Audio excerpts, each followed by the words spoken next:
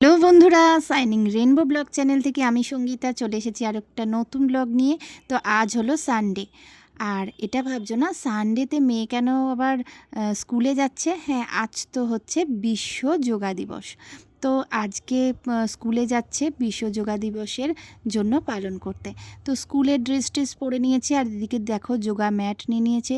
তো ও বাবা বাড়ি আছে, তো আমার বর বাড়ি আছে, ও মেয়েকে নিয়ে গেল আর যোগা ক্লাস করে তারপরে চলে আসবে। এই 10-15 মিনিট ক্লাস হবে, মানে যোগা ক্লাসটা হবে, তারপরে বাড়ি চলে আসবে। তো এদিকে মা কিন্তু সব ফুলগুলো তুলে ফেলছে। কারণ বেলা হলে তো আবার যদি বৃষ্টি নামে তখন তো আর তুলতে পারবে না, সেই কারণে ফুলগুলো তুলে নিচ্ছে।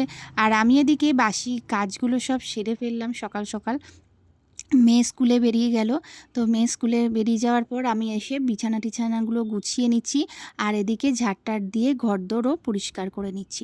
ঠিক আছে, বিছানাটা একেবারে ঝেড়ে ভাবলাম আজকে চাদরটা পাল্টাবো, তারপরে দেখি আকাশের অবস্থাটা সেরকম একটা ঠিক না, তো মেলবো কোথায় বলো?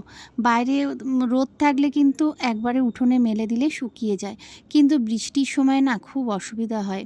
আমাদের বারান্দার মধ্যে বড় বড় জিনিসগুলোকে মেলে যদি দিই তো জল ঝরবে, তো তো সেখান দিয়ে চলাচল করাটা খুব অসুবিধা।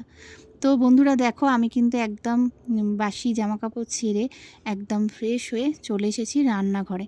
আর রান্নাঘরে এসে সবার আগে কিন্তু আমি চা বসিয়েছি। ঠিক আছে, একদম দুধ চা ফুটছে দেখছো। আর আজকে কিন্তু লিকার করিনি, কারণ আমার বর বলল আজকে দুধ চা করো। অনেকটা ফ্রিজে না, অনেকগুলো বাটিতে না দুধ জমে গেছিলো।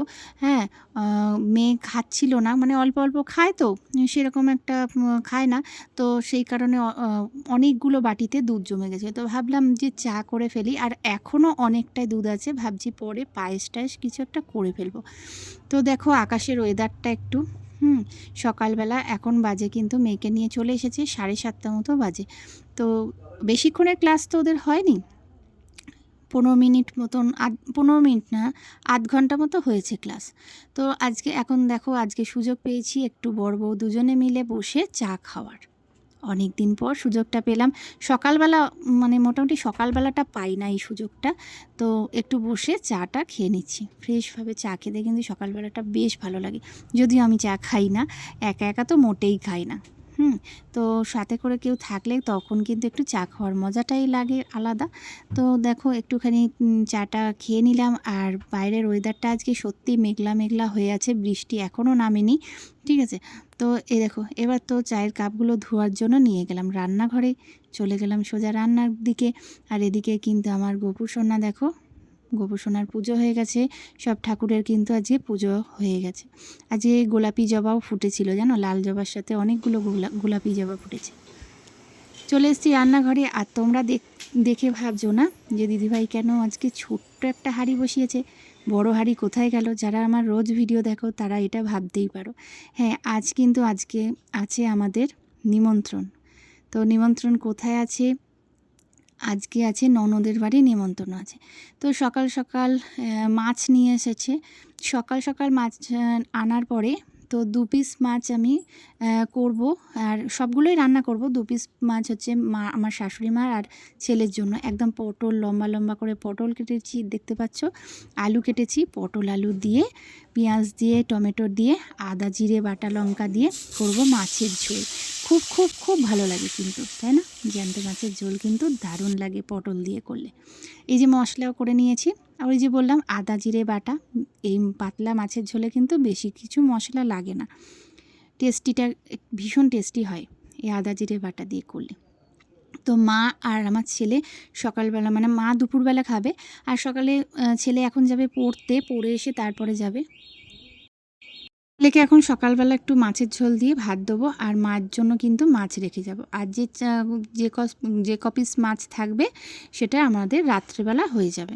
দুপুরে তো আমাদের সবারই রয়েছে, মানে মার জন্য শুধু এই মাছের ঝোলটা করলাম, কেননা মাছের ঝোল করলে মার আর কিছু লাগবে না, মাছের ঝোল দিয়ে ভাত খেয়ে নিতে পারবে।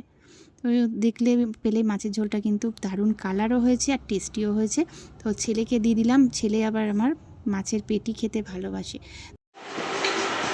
ওই যে দেখো আমার ননদ বলছে বাসুর বাজছে। এই যে দেখো আমরা আমরা এসে খাটাচ্ছি, এই দেখো বাসন মাজছে সার দেখা দেখা এই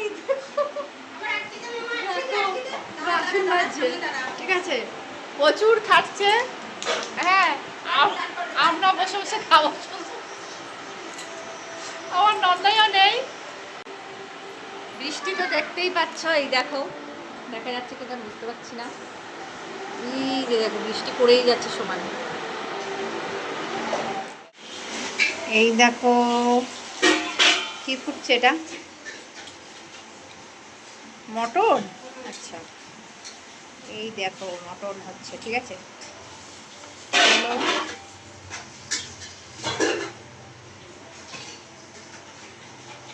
এই আমি দেখো বাইরের ওয়েদারটা দেখো, বৃষ্টির ওয়েদার, বৃষ্টি পড়েই যাচ্ছে পড়েই যাচ্ছে।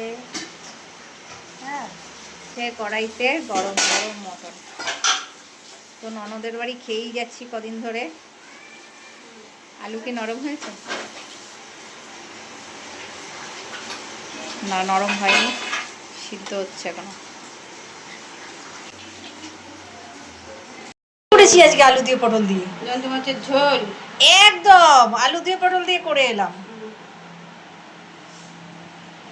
একদম একদম আলু দিয়ে পটল দিয়ে আমিও করে এলাম, বুঝলাম। আচ্ছা, এটা উচ্ছে সেদ্ধ আমার মায়ের জন্য। আচ্ছা, ব্যাস, আর চাটনি আছে। কোইন্সিডেন্ট আজকে কিন্তু ননদও পটল আলু দিয়ে মাছের ঝোল করেছে, তো দুজনেরটাই কিন্তু দারুণ টেস্টি হয়েছে। এটাও খেয়ে দেখলাম। আর এদিকে আমি আমার ভাগ্নের থালাটা কিন্তু সুন্দর করে সাজিয়ে নিলাম। আজ হলো নিয়মভঙ্গ, মানে পৈতে হয়ে গেছে, তো তো পৈতের পরে তো সব রকম মাছ মাংস খেতে হয়, না খেলে আবার 1 বছর খেতে পারবে না, সেই জন্য ওর মা কিন্তু ওকে সব রকম রান্না করে দিয়েছে। তো সে তার সাথে আমাদেরও নিমন্ত্রণ ছিল, তো আমি থালাটা বেড়ে ফেললাম, দিয়ে এবার ভাগ্নেকে খেতে দিয়ে দিয়েছি। ও যেরকম নিয়ম অনুসারে, মানে নিয়ম করে খাওয়ার, সেরকমভাবে কিন্তু খেতে বসে গেছে। তো ওর খাওয়া হয়ে যাওয়ার পরে সবাই মিলে আমরা খেতে বসে গেলাম। আর খেতে বসে খুব খুব মজা আনন্দ করলাম, ভীষণ আনন্দ করে সে দিনটা কিন্তু কাটলো। বাজে রাত 9:30। তো সকালে যে মাছের ঝোল করেছিলাম সেটা দিয়ে সবাই মিলে খাওয়া দাওয়া করে নিলাম। তো চলো বন্ধুরা, আজকে ভিডিওটা এই পর্যন্তই। তো দেখা হবে আর একটা নতুন ভিডিওয়। এই ভিডিওটা কেমন লাগলো অবশ্যই জানাতে ভুলো না, লাইক কমেন্ট করে একটু পাশে থেকো। টাটা বন্ধুরা, সবাই খুব ভালো থেকো, good night, love you all.